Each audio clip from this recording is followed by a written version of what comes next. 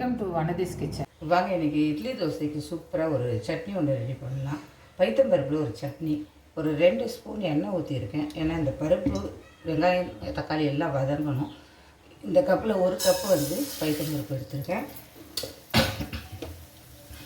இதுக்கு 3 வெங்காயம், 3 தக்காளி, 3 பச்சை மிளகாய், ஒரு 4 பல் பூண்டு.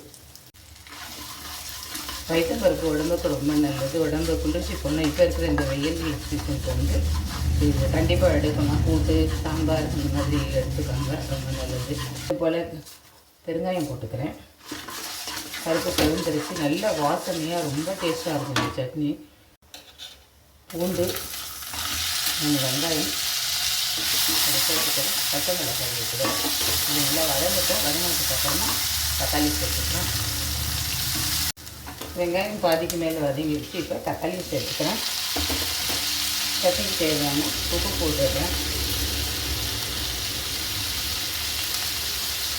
கொஞ்சம் போல் மஞ்சள் பொடி போட்டுக்கலாம்.